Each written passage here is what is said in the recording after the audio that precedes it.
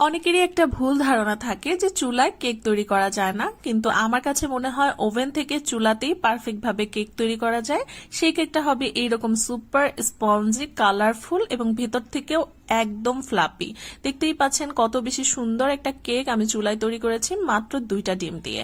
অনেকেরই অভিযোগ থাকে যে চুলায় কেক তৈরি করা যায় না, কেকটা প্রপারলি হয় না, ভিতর থেকে সফট হয় না, সেদ্ধ হয় না, কালার আসে না, ইভেন চুলা থেকে নামানোর সাথে সাথে কেকটা চুপসে যায়, এরকম কোনো অভিযোগ থাকবে না আজকে আমার এই রেসিপিটা দেখার পর। চলুন আপনাদের সাথে রেসিপিটা শেয়ার করছি। প্রথমে আমি কেক বানানোর জন্য একটা মালটা নিয়ে নিয়েছি, মালটাটা এইভাবে মাঝখান দিয়ে ভাগ করে নিয়েছি। এরপরে মালটা থেকে আমি রসগুলো বের করে নিচ্ছি। এইটা কিন্তু বাচ্চাদের অনেক পছন্দের একটা কেক এবং খুবই স্বাস্থ্যকর। বাসায় কিন্তু খুব সহজে এইভাবে কেকটা তৈরি করে দিতে পারেন। মালটা থেকে রসগুলো বের করে নেওয়ার পর বিচিগুলোকে আমি আলাদা করে সরিয়ে নিলাম। এরপরে পাত্রের মধ্যে আমি নিয়ে নিয়েছি 2টা ডিম আর দিয়ে দিয়েছি 1/3 কাপ চিনি। এখন আমি সুন্দরভাবে বিট করে নেব। এই বিট করাটা কিন্তু পারফেক্টলি হতে হবে।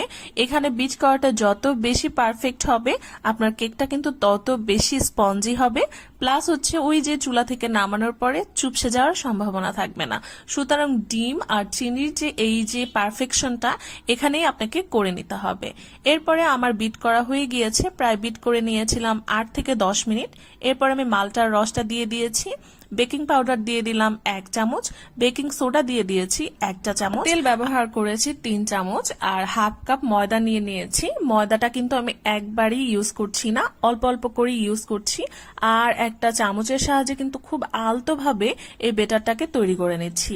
এখানে কিন্তু তাড়াহুড়োটা একদমই করা যাবে না, খুব আলতো ভাবে এই বেটারটাকে তৈরি করে নিতে হবে।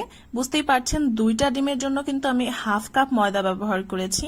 এখানে এই যে ইনগ্রিডিয়েন্টস এর যে পরিমাণগুলো এগুলাও কিন্তু পারফেক্ট ভাবে ইউজ করতে হবে, আদারওয়াইজ কিন্তু আপনার একটা পারফেক্ট কেক বানানো কখনোই পসিবল না। দেখতেই পাচ্ছেন আমার কিন্তু বেটারটা একদমই তৈরি করা হয়ে গিয়েছে, ভিতরে কোনো দলা পেকে নেই বা কোনো বাবলস। এরপরে এখানে কিছু মোরব্বা ব্যবহার করছি, মোরব্বা ব্যবহার করে আবারও কিছুক্ষণ একটু মাখিয়ে নিচ্ছি। এখানে আমি না একটুখানি অরেঞ্জ ফ্রুট কালার ব্যবহার করেছিলাম, খুবই সামান্য, কিন্তু এটা আমার ভিডিওতে আসেনি। আপনারা যদি চান তাহলে একটু ফ্রুট কালার ব্যবহার করে নেবেন, আদারওয়াইজ স্কিপ করতে পারেন, কোনো সমস্যা নেই। চুলায় আমি বড় সাইজের একটা সসপ্যান বসিয়ে 10 মিনিট প্রি হিট করে নিয়েছিলাম। আর আজকে কেকটা বানাচ্ছি একটা হার্ট শেপ মোল্ড জারের মধ্যে। এখানে আমি তেল ব্রাশ করে নিচে পেপার দিয়ে দিয়েছি। এরপরে আমি 30 মিনিট বেক করে নিয়েছি একদম লো হিটে। দেখতেই পাচ্ছেন কেকটা কিন্তু ফাইনালি হয়ে গিয়েছে, আর দেখতে কিন্তু মাশাআল্লাহ অনেক সুন্দর হয়েছে, খেতে তো আলহামদুলিল্লাহ আরো বেশি মজা ছিল। আজকের কেকটা শুধুমাত্র আমার মেয়ের জন্য তৈরি করা। সে অনেকদিন ধরেই বলছিল মা আমাকে একটা হার্ট শেপের কেক তৈরি করে দাও।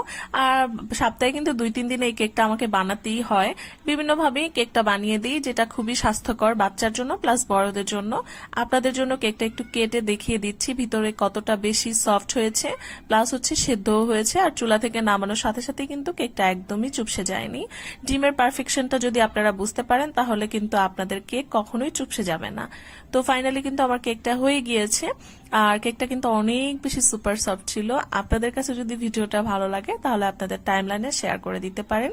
আজকের মতো আপনাদের কাছ থেকে বিদায় নিয়ে নিচ্ছি। সে পর্যন্ত সবাই অনেক বেশি ভালো থাকবেন। আল্লাহ হাফেজ সবাইকে।